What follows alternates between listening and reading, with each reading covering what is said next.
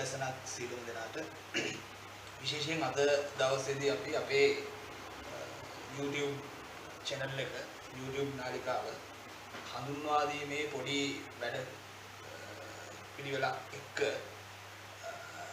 විශේෂ මාතෘකාවකට පොඩ්ඩක් සම්බන්ධ වෙන්න හදනවා. ඒකත් රියදුරු පාසල වෙනුවෙන්ම තමයි සූදානම් කරලා තියෙන්නේ. ඒ රියදුරු පාසලේ එක පැත්තක් අපි සම්පූර්ණ කරගෙන ඉස්සරහට ආවා. මේ වෙනකොට මනස හදන වැඩසටහන කියන එක මම විශේෂයෙන් එකතු කරපු එකක් මේ YouTube නාලිකාවට. ඊළඟට මාර්ග නීති මාර්ග සංඥා සම්බන්ධ දේශන ප්‍රායෝගික දැනුම සම්බන්ධ වීඩියෝස් ඒ සියලු දේවල් එකතු කරගෙන අපි මේ යන ගමනේ එක පැත්තක් එක අදියරක් හැටියට විශේෂයෙන් බස් රථ රියදුරන් සඳහා බර වාහන heavy vehicles වාහන පැදවීමේ අතුලාන්තය පිළිබඳව යම් කොටසක් පැහැදිලි කරන්න අපි මේ ඉදිරි කාලය තුල දේශන කිහිපයක්ම වීඩියෝස් කිහිපයක්ම ඉස්සරහට දාන්න සූදානම් කරලා තියෙනවා. ඉතින් ඒකේ එක අදියරක් තමයි අදත් මේ විදිහට අපි සම්බන්ධ වෙන්නේ. මේකේ part 1 කියන එක. මේකේ lesson 1 පළවෙනි lesson එක තමයි අද මේ විදිහට තියෙන්නේ මෝටර් මැකැනික් වාහනයක ඇතුළාන්තය සම්බන්ධව නිවැරදි දැනගැනීමක් කියලා කිව්වොත් නිවැරදි. මොකද වාහනයක ඇතුළාන්තය කියලා කියන්නේ ඇතුලේ සිද්ධ වෙන ක්‍රියාකාරීත්වය ඒ ඇතුලේ ක්‍රියාකාරීත්වයේ යම් යම් අවශ්‍යතාවයන් එළියට කොහොමද බලපාන්නේ ඊළඟ අපි රිය පදවනවා කියලා කියන්නේ මොකක්ද? රිය පැදවීමේදී ඇතුළාන්තයේ සිද්ධ වෙන්නේ මොකක්ද කියන මොන ඔය කාරණා කිහිපය තමයි කාර්මික පුහුණු වැඩසටහනේ අපි ශිෂ්‍යයන්ට දෙන්න බලාපොරොත්තු වෙන්නේ. ඉතින් මේකෙදි විශේෂයෙන්ම කිව යුතුයි බස් රථ රියදුරන් විතරක්ම නෙමෙයි. බර වාහන රියදුරන් විතරක් නෙමෙයි. සැහැල්ලු වාහන මෝටර් සයිකලේ ඉඳලා ගත්තම සියලුම රියදුරු බලපත්‍ර දරන අයට මේ මෝටර් මැකැනික් කියන එක වාහනේ ඇතුළාන්තය කියන එක වැදගත් වෙනවා. ඒක අනිවාර්යෙන්ම සිද්ධ වෙනවා. ඒ නිසා මේ වීඩියෝස් අනිවාර්යෙන් සියලුම අය බලන්න අවශ්‍ය වෙනවා. ඉදිරි කාලයේදී ලිඛිත පරීක්ෂණයට අනිවාර්යෙන් නොවුනත් බස් රථ සඳහා අනිවාර්ය වෙලා තියෙනවා. නමුත් අනිකුත් වාහන සඳහා ලිඛිත පරීක්ෂණයට අනිවාර්ය වෙලා නැහැ. නමුත් ඒ වුණත් මේවා ඔයගලගේ ජීවිතයට ඔයගලගේ මනසට එකතු කර ගැනීම වැදගත් වෙනවා කියන එක මුලින්ම කිව යුතුයි. රයිට් අපි බලමු. මෝටර් මැකැනික් ඉස්සෙල්ලාම මේ ආකාරයෙන්ම ඔයගලන්ට එන්ජින් එකක් සම්බන්ධයෙන් පොඩි උපකරණයක් දෙන්නේ. එන්ජිම පිළිබඳව ඊළඟට තමන්ගේ වාහනේ ඇතුළාන්තයේ තියෙන සියලුම කොටස් පිළිබඳව යම් යම් අදහස් තිබිය යුතුයි තමන් තුළ. මේකදී වාහනයක එන්ජින් එක ගලවලා නැවත සවි කිරීම කියන ඒ වගේ ලොකු දෙයක් කරන්න නෙමෙයි අපි පුහුණුව ලබන්නේ. එතනින් මෙහාට නිවැරදි අවබෝධයක් ලබා ගන්න. ඒ කියන්නේ vehicle maintenance කියන එක ප්‍රධාන වෙනවා.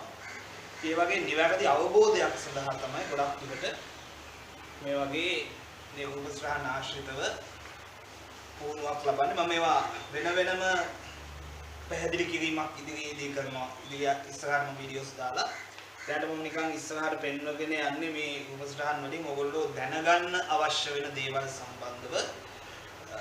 එතකොට මේ එන්ජින් එකේ ක්‍රියාකාරීත්වය පිළිබඳව තමයි මුලින්ම අපිට මේ විදිහට දැක ගන්න ලැබෙන්නේ. ඉතින් ඊළඟට ගියර් පෙට්ටිය සම්ප්‍රේෂණ පද්ධතිය තමන්ගේ සුක්කානම් පද්ධතිය ගොඩක් වෙලාවට මේ සුක්කානම් පද්ධතිය කියන එක ගැන ගොඩක් අය දන්නව අඩුයි.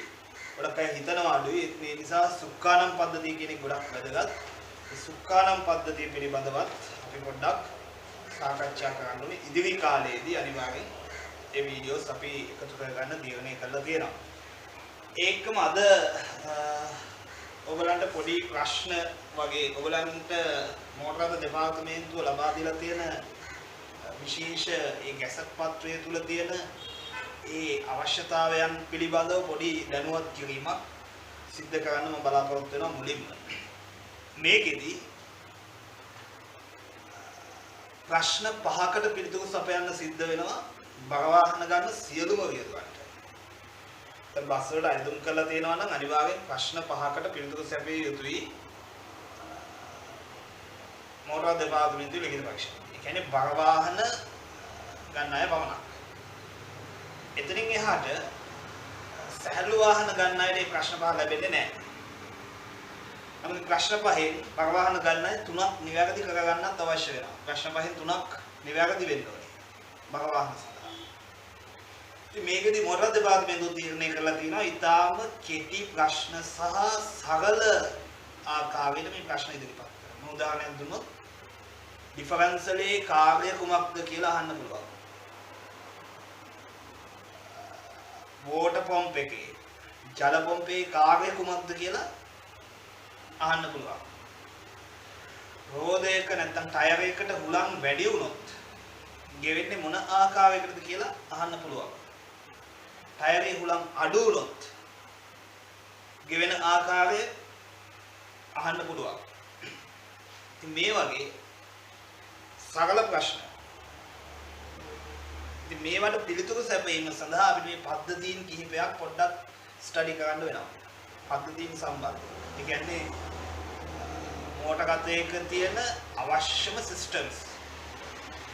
අපි ගත්තොත් සංප්‍රේෂණ පද්ධති, සුක්කානම් පද්ධති, ජ්වලන පද්ධති,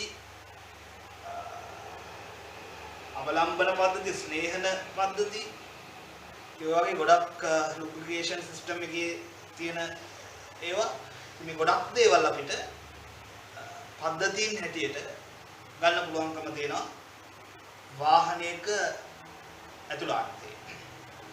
ඉතින් එකක් තමයි සුක්කානම් පද්ධතිය කියලා කියන්නේ. සුක්කානම් පද්ධතිය කියලා කිව්වොත් ඒක එක කොටසක් පද්ධතියක්. මේකෙදි අපිට ප්‍රශ්නයක් ලැබුණොත් වාහනයක සුක්කානමේ නිදහස් චලනය වැඩිවීමට හේතුව. එතන අපිට කෙටි උත්තරයක් දෙන්න තියෙන්නේ ලොකුවට බෝල් ජොයින්ට් එක කොතනද කියන එක නෙමෙයි. මොන බෝල් ජොයින්ට් එකද ඒකෙන් වෙන ඒකේ බෝල් ජොයින්ට් එකට වෙලා තියෙන දේ සම්බන්ධව නෙමෙයි අපිට කෙටියෙන් පිළිතුරු දෙන්න තියෙන්නේ සුක්කානම් පද්ධතියේ කොටස් ගෙවියාව කියලා. ඊළඟ සුක්කානමේ වෙවිලීමක් ඇතිවීමටත් ඒ වගේ හේතුවක් අපිට බය නැතුව දෙන්න පුළුවන් සුක්කානම් පද්ධතියේ කොටස් ගෙවියාව. ඒ වගේ මම මේ පෙන්නුවේ ලිඛිත පරීක්ෂණයට එන ක්‍රමවේදය නැත්නම් උදාහරණ හැටියට අපිට ලැබෙන විදිය. ඒ නිසා අපි මුලින්ම මේ ප්‍රශ්න ලැබෙන ආකාරය සහ අපිට මේ vehicle maintenance අවශ්‍ය වෙන ආකාරය පිළිබඳව දැනගන්න අවශ්‍ය වෙනවා. ඊළඟට තිරිංග තෙල් භාවිතා කිරීමේදී අනුගමනය කළ යුතු ක්‍රමවේද භාවිතා කරන්න සිද්ධ වෙනවා. තිරිංග තෙල් අඩු වුණොත් වාහනයක ඒක අපිට කොහොමද ඉන්ඩිකේට් කරන්නේ? ඒක අපි දැනගන්න ඕනේ. ඒ ඉන්ඩිකේට් බල්බ් එක පත් වෙලා තියෙනකොට තිරිංග තෙල් අඩු වෙලා කියන එක අපි දැනගන්න ඕනේ. මොකද්ද කාර්මික දෝෂයක්ද මොකක්ද කියන එක අපි දැනගන්න ඕනේ. ධාන්‍ය ආකාරයට නිවැරදි වැඩපිළිවෙලක් නිවැරදි වැඩසටහනක් අපි ඉස්සරහට අරගෙන යනවා. ඒ නිසා අද දවසේදී අපි කෙටියෙන් ප්‍රශ්න දෙක තුනක් සාකච්ඡා කරන්න පොඩ්ඩක් අපි බලාපොරොත්තු වෙනවා. අද ලොකු වෙලාවක් නෙමෙයි වීඩියෝ එක. දැන් මේකේ මුලින්ම වාහනයක ඇතිවිය හැකි සුලභ දෝෂ කිහිපයක් දීලා තියෙනවා. තිරිංගවල දෝෂ, ගෙවි ඇති ටයර් වල දෝෂ, විදුලි පහන් පද්ධතියේ දෝෂ, සුක්කානම් පද්ධතියේ දෝෂ සහ පෙඩල් වල දෝෂ කියලා වගේ කෙටියෙන් කිහිපයක් දීලා තියෙනවා. ඉතින් මේවා තමයි ප්‍රශ්න වලට නම් වල තියෙන ඊළඟ අදියර වෙනකොට සුක්කානම් පද්ධතියේ තිබිය යුතු ආරක්ෂිත තත්වයන් සම්බන්ධයෙන් මෙතන පොඩි කොටසක් මේ දෙනවා.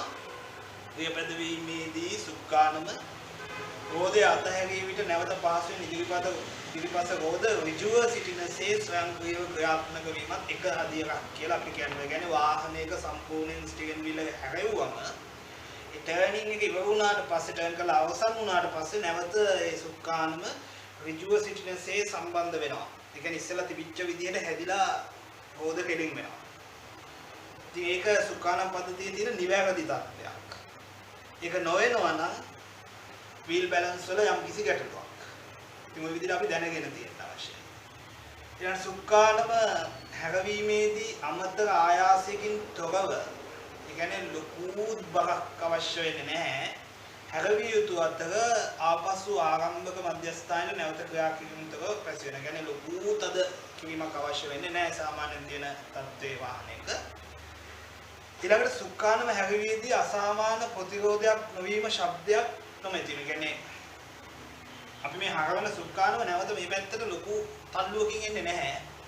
සහ ශබ්දයක් එන්න බෑ. ශබ්ද එන්න බෑ ක්‍රියාත්මක වීම. එතෙන්දී අපිට කියන්න පුළුවන් යම්කිසි ගැටලුවක් තියෙනවා කියලා ශබ්දයක් නිකුත් වෙනවා නම්. ඊළඟ වාහනයේ නියමිත මාර්ගයේ තබා ගැනීම සඳහා සුක්කානම ඉතා නිවැරදිව තියෙන්න ඕනේ. මොකද wheel balancing අඩු වුණොත් අපි මේ අල්ලගෙන යන සුක්කානම තද කරගෙන යන්න අවශ්‍ය වෙන්නේ නැති නිසා අපි වාහනයක සුක්කානම තද කරන්නේ නැහැ. මෝටර් සයිකල් එකක නම් හැන්ඩල් එක ටිකක් තද කරන්න වෙනවා මොකද අපි වැටෙන නිසා. නමුත් ඒකෙත් බැලන්ස් එකක් තියෙන්න ඕනේ. කිසිම වාහනයක අපි සුක්කානම තද කරන්නේ නැහැ. ඒක අතෑරියත් මේක බැලන්ස් වෙන මට්ටමට හැදිලා තියෙන්න ඕනේ. ඒ කියන්නේ බෝල් ජොයින්ට් වලින් අවශ්‍ය ඩ්‍රොප් ආම් අවශ්‍ය වෙලා තියෙන ටයිවෝඩ් බාර් සියලු දේවල් නිවැරදිව බැලන්ස් වෙලා තියෙනවා නම් වාහනයක සුක්කානම අතෑරියත් වාහනේ කෙලින් ගෙනියන්න පුළුවන්කම කෙලින් යන්න පුළුවන්කම තියෙනවා. ඉතින් ඔය වගේ සුක්කානම් පද්ධතිය සම්බන්ධයෙන් ඊළඟට තිරිංග පද්ධතිය කියන එකත් වැදගත්. අපි අද පද්ධති දෙකක් තුනක් වගේ ගත්තම ඇති. මොකද ගොඩාක් ලොකටම වීඩියෝස් වලට දාන්නේ නැහැ. හේතුව අපි ගොඩාක් කතා කරනකොට සමහර අයට වෙලාවත් එක්ක ප්‍රශ්නයක් තියෙනවා මේ වීඩියෝස් බලන්න. අපි කෙටියෙන් යම් දෙයක් පැහැදිලි කරොත් ඒක ඉක්මනට බලලා ධාරණය කරගන්න පුළුවන්කම තියෙනවා. ඒ විදිහට අපි ඉස්සරහට වීඩියෝස් එක සම්බන්ධ කරනවා. ඒවට අපිට පුළුවන්කම තියෙනවා ප්‍රතිචාර ලබා ගන්න. ශිෂ්‍ය ශිෂ්‍යාවන් විශේෂයෙන් මගේ ආයතනයේ ඉන්න ශිෂ්‍යයන්ගේ ඉතින් ඒ අයගේ තියෙන දක්ෂතාවය වැඩි දියුණු කිරීම තමයි අපේ අවශ්‍යතාවය වෙන්නේ. මූලිකම අවශ්‍යතාවය. ඒ නිසා මේ බර වාහන පැත්තට විතරක් නෙමෙයි සියලුම වාහන වලට අපි මේ කාර්මික දැනුම මෝටර් මෙකැනික් සයිඩ් එක අපි සම්බන්ධ කරවන්න ඕනේ. හැම කෙනෙක්ටම මේක ලබා දෙන්න ඕනේ අවස්ථාවක් හැටියට. ඒක තමයි අපේ තියෙන අරමුණ බවට පත් වෙලා තියෙන්නේ. right අපි තිරිංග පද්ධතියට ගියොත් සීමිත වේගයක් තුල සමතුලිත පාරක් වාහනේ ධාවනය වෙන විට තිරිංග සැහැල්ලුව පාවිච්චි කිරීමේදී අපි කියන වාහනේ පැත්තකට ඇදී යාමෙන් වළකින්න ඕනේ. ඒ කියන්නේ අපි බ්‍රේක් කරනකොට වාහනේ ඇදිලා යන තත්ත්වයක් ඇති වෙන්න පුළුවන් යම්කිසි කාලයකදී. මේක වෙන්නේ ඇයි? සාමාන්‍යයෙන් බ්‍රේක් කරනකොට වාහනයක් එක පැත්තකට ඇදෙනවා නම් ඒක වෙන්නේ ඇයි? පළවෙනි හේතුව තිරිංග තෙල් එක පැත්තක කාන්දු වීමක් තියෙනවා නම් අනිවාර්යෙන් එහෙම ඇදිලා යන්න පුළුවන්. එකක්. අනිත් එක තිරිංග ඇඩ්ජස්ට්මන්ට් නැත්නම් අපි තිරිංග සීරු මාරු කිරීම කියලා කියනවා. ඇඩ්ජස්ට් කිරීම. ඇඩ්ජස්ට් කිරීමේදී යම් ගැටලු මතුවලා තිබුණොත් හරියට නිවැරදිව සීරු මාරු කරලා නොතිබුණොත් ආන්නේ අවස්ථාවේදී පැත්තකට ඇදී යන්න හැකියාවක් තියෙනවා. ඒක හොඳට අපි මතක තියාගන්න ඕනේ. දැන් තියෙන වාහන වල ගොඩක් ඉදිරිපස්සට ඩිස්ක් බ්‍රේක් කියන එක තියෙන එක අපි ඉස්සරහට බලමු කොහොමද ගුරුස්ටාන් එක. ඩ්‍රම් වලට ආපු බ්‍රේක් දැන් එන්නේ නැහැ. දැන් තියෙන වාහන වල වෙනස් තත්ත්වයක් තියෙනවා. ඊළඟ මේ ඩිස්ක් බ්‍රේක් වල විශේෂත්වයන් තියෙනවා. ඩිස්ක් වල තියෙන වෙනස්කම් තියෙනවා. ඒවා අපි ඉස්සරහට කතා කරමු. ඊළඟ නවතම තිරිංග ක්‍රමයක් හඳුන්වලා දීලා තිබුණා ABS brake system. ඒ කියන්නේ ලිස්සායාමකින් තොරව වාහනයක් එකවර තිරිංග තදවීමෙන් ලිස්සායාමෙන් ඇතිවන කේන්ද්‍රාපසාරී බලයේ බලපෑම එහෙම නැත්නම් ස්කිඩ් කරනවා කියලා කියනවා ඉවතට බැනීම ඒ වගේ දේවල් අවම කර ගැනීම සඳහා ඒ ලබා දීලා තිබිච්ච තියෙන ABS brake system එක ගැනත් අපි ඉස්සරහට කතා කරනවා. හරි කෙසේ හෝ වේවා තිරිංග පද්ධතිය සම්බන්ධව කියද්දී අසමාන තිරිංග ක්‍රියාකාරීත්වය හෝ රෝධ දෙක එකක හෝ රෝධ කිහිපයක හෝ තිරිංග හිරවීම තුළින් වේගය තිරිංග ඩිස්ක් වල හෝ තිරිංග පළුදු වීම දෝෂ පෙන්වන කයි කියලා කියන්නේ අසමාන ලෙස තිරිංග එක පැත්තකට විතරක් මම කිව්ව සීරු මාරු කිරීම සම්බන්ධයෙන්මයි සම්බන්ධ වීමෙන් අනිත් පැත්තේ ක්‍රියාකාරීත්වය අඩු වෙලා එක පැත්තක පමණක් වැඩි වීම ඒ තිරිංග ඩිස්ක් වල එහෙම නැත්නම් පෑඩ්ස් අපි කියන බ්‍රේක් ෂූ වල ගෙවීම නැත්නම් ඒවා පළුදු වීමට හේතු බවට පත් වෙනවා වාහනයකදී ටිකක් මතක තියාගන්න යුතුයි. ඊළඟට තිරිංග පෑගීමේදී බිම් දහඩුව දක්වා ගමන් කළොත් ඒ තිරිංග පද්ධතියේ බාරපතල දෝෂයක් හෝ තිරිංග නිසි පරිදි සීරු මාරු කිරීමේ දුර්වලතාවයක් විය හැකියි. අපි බ්‍රේක් කරද්දී අපි දැන් මේක මේ සෑහළු වාහන වලටත් මතක තියාගන්න ඕන දෙයක්. අපි වාහනයක බ්‍රේක් තද කරද්දී මේ බ්‍රේක් පෙඩල් එක යටටම යන්නේ නැහැ. ඒ කියන්නේ ක්ලච් පෙඩලේ වගේ බ්‍රේක් පෙඩල් එක පා ගන්න බෑ. යම් කෙනෙක් මූලික දැනුම අවස්ථාවන් වලදී එහෙම උත්සාහ කරන්නත් පුළුවන්. ක්ලච් එක මෙච්චර පෑගෙන බ්‍රේක් එකයි අඩු කියලා තද කරා. නමුත් ඒක සිද්ධ වෙන්නේ නැහැ. බ්‍රේක් එකේ ක්‍රියාකාරීත්වයක් තියෙනවා කියන එක අපි දැනගන්නේ අන්න ඒ වගේ බිම් දහඩුවට මෙහා යම් ප්‍රමාණයක් පමණක් තදවීම සිද්ධ වෙන නිසා. යම් වාහනයක තිරිංග පෙඩලේ යනවා නම් ක්ලච් පෙඩලේ දක්වා නැත්නම් පහළටම පෑගීමක් සිද්ධ වෙනවා නම් තිරිංග පෙඩලය ඉන්දිරේ යටටම යනවා කියලා කියන්නේ තිරිංග පද්ධතියේ දෝෂයක් තියෙනවා. එක්ක සීරු මාරු කර නොතිබීම නැත්නම් තිරිංග තෙල් කාන්දු වීමක් නිසා හෝ ඒ වගේ තත්ත්වයන් නැති වෙන්න පුළුවන්කම තියෙනවා. සමහර වෙලාවට බ්‍රේක් පෙඩල් එක උඩ තියෙන අවස්ථාවන් වල කියන්නේ බ්‍රේක් පෙඩලේ ක්‍රියාකාරීත්වය නිවැරදිව තියෙන අවස්ථාවන් වල බ්‍රේක් අහු වෙන්නේ නැති විදිහක් අපි දැකලා තියෙනවා. එහෙම වෙනවා. ඒක ප්‍රායෝගිකව බලන්න ඕන දෙයක්. ඉතින් ඒකෙදිත් අපි ගොඩක් වෙලාවට ගන්න මේ සර්ව් එක බූස්ටර් එකේ වැකුම් ආශ්‍රිත නැත්නම් හයිඩ්‍රොලික් සිස්ටම් එකේ යම් දෝෂ ඇතිවීම නිසා ඒ වගේ තිරිංග පෙඩලේ ගැටලු අපිට මුලින් දකින්න ලැබෙනවා. එළියට දකින්න ලැබෙනවා. ඒවා කොහොමද ක්‍රියාකාරීත්වය කියන එක අපි ඉස්සරහට බලන්න ඕනේ. ඊළඟට තිරිංග සම්බන්ධව විශේෂයෙන් කියද්දී තිරිංග පෙඩලේ දකුණු පැත්තේ ඔයිල් කාන්දු වීමක් තියෙනවා නම් වාහනය ඇදිලා යන්නේ කොයි පැත්තටද කියන ප්‍රශ්නය આવොත් අපිට බය නැතුව කියන්න පුළුවන් දකුණු පැත්තේ ඔයිල් කාන්දු වෙනවා නම් වාහනය ඇදිලා යන්නේ වම් පැත්තට. වාහනේ වම්පස ඔයිල් කාන්දු වීමක් තියෙනවා නම් වාහනේ ඇදිලා යන්නේ දකුණු පැත්තට. අන්න ඒ විදිහට අපි මේ දෙපැත්ත දිවගතිව සකස් කරගෙන මතක තියාගන්න. මොකද බර වාහන වලට තමයි මේ ප්‍රශ්නේ වැදගත් වෙන්නේ. ඔයිල් කාන්දු වෙන පැත්ත අනුව ඇදිලා යන පැත්ත මොකක්ද කියන එක. ඉතින් මේ විදිහට මාර්ගයේ මතු පිට මේ තිරිංග භාවිතා කිරීම සම්බන්ධයෙන් අපි කතා කරපු ඒවත් එක්ක අපිට ඊළඟට පොඩි ප්‍රශ්න දෙක තුනකට යන්න පුළුවන්. මෙන්න මේ විදිහට සුක්කානම් පද්ධතිය ගැන අපි කතා කරන නිසා අපි ප්‍රශ්නයකට යමු. සුක්කානම් පද්ධතියේ නිදහස් චලනයේ වැඩි වෙන්නේ ඇයි? අපි ඉස්සෙල්ලා කිව්වා සුක්කානම් පද්ධතියේ කොටස් ගෙවි ඇති විට. ඊළඟට වාහනයක් පදවගෙන යන අවස්ථාවක එකවර තිරිංග පද්ධතියට සම්බන්ධ පාලන බල්බය අපි දන්නවා පාලන බල්බය කියලා කියන්නේ හෑන්ඩ් බ්‍රේක් එක ඔන් කරාම තියෙන ලයිට් එක. ඒ තිරිංග පද්ධතියට සම්බන්ධ පාලන බල්බය දැල්ුණොත් ඔබ විසින් කළ යුතු දේ මොකක්ද හේතුව තිරිංග බල්බය දැල්වෙන්න? එක්කෝ හෑන්ඩ් බ්‍රේක් එක ඔන් වෙලා තියෙනවා. ඒකත් හොඳටම පහත් කරලා තියෙනවා නම් ඇයි තිරිංග පද්ධතියේ බල්බය දැල්වෙන්නේ? තිරිංග තෙල් අඩුවීමක් තියෙන නිසා. එහෙනම් කරන්න තියෙන එකම දේ වහාම වාහනේ නවතා තිරිංග තෙල් ඇද්දයි පරීක්ෂා කිරීම. මුලින්ම පරීක්ෂා කිරීම සිද්ධ වෙනවා. පරීක්ෂා කිරීමෙන් අනතුව තිරිංග තෙල් භාවිතා කරන්න පුළුවන් අවශ්‍ය නම්. ඊළඟට තිරිංග තෙල් භාවිතා කරන වාහනයක පැඩලේ පහතට බැසීමක් සිදු වේ නම් ඉන්න අදහස් කෙරෙන්නේ අර දෙයම කියන්න පුළුවන් තිරිංග තෙල් කාන්දු වීමක් තියෙන අවස්ථාවකදී තමයි පහතට බැසීම සිද්ධ වෙන්නේ කියන එක. මෙතෙන්දී අරන් අහපු ප්‍රශ්නෙම වාහනයක් තිරිංග එදීමේදී වම් පැත්තට ඇදී යන්නේ නම් ඉන්න අදහස් කෙරෙන්නේ කොහොමද? දකුණු පැත්තේ ඔයිල් කාන්දු වීමක් තියෙනවා. වම් පැත්තට ඇදී යන හේතුව මේ පැත්තෙන් හිර වෙනකොට අර පැත්තෙන් ෆ්‍රී වෙනකොට මේ පැත්ත යනවා මේ පැත්ත තල්ලු කරලා නවත්තනවා. තල්ලු කිරීම නිසා වාහනේ මේ පැත්තට සයිඩ් වෙනවා. ඉතින් ඕක තමයි විද්‍යාත්මක හේතුව. අපි ඔය විද්‍යාත්මක හේතුත් එක දැනගන්න ඕනේ. ඒ කියන්නේ පැත්තත් ඒ විදිහම තමයි.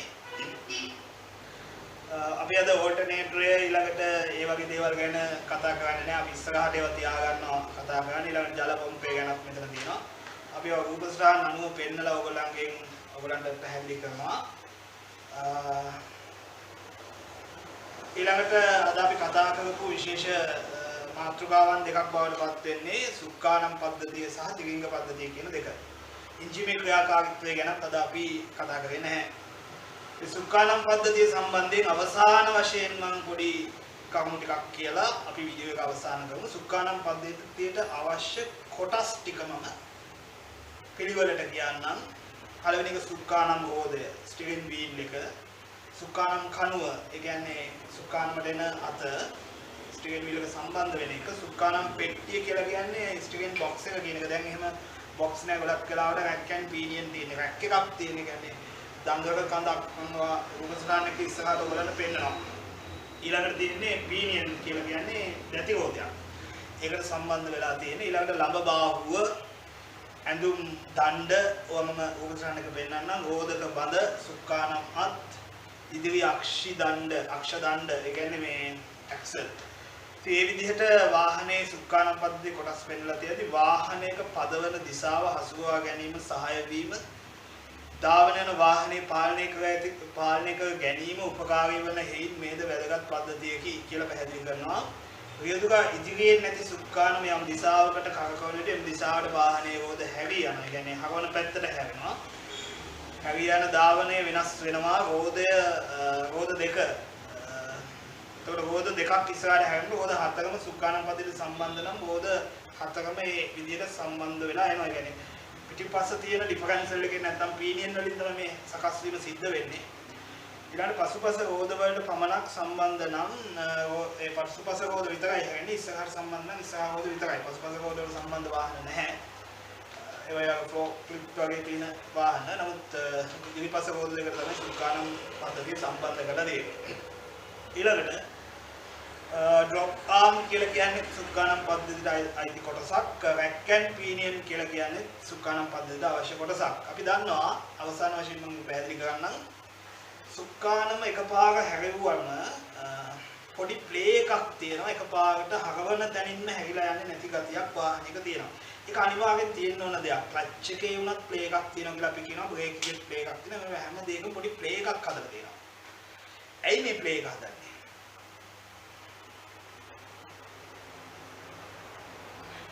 හිර කිරීමකින්, තද කිරීමකින් බලයෙන් ලබා දෙන්න බැරි දෙයක් සගලව ලබා දිය හැකි නිසා, පොඩි සහන කාලයක් දිය යුතු නිසා කියලා කිව්වොත් නිවැරදි අපේ වචනේ.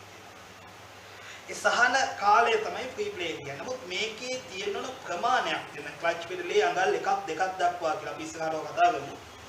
සුක්කානමේ සාමාන්‍යයෙන් ඩ්‍රොප් ආර්ම් එකත් එක්ක තියෙන නිදහස් චලනය වෙන්නේ 6න් එකකට වඩා නොවැඩි විය යුතුයි. කියන්නේ දැන් 6ක් නම් එකක් චූටි ප්‍රමාණයක් තමයි මේ නිදහස් චලනය වෙන්නේ.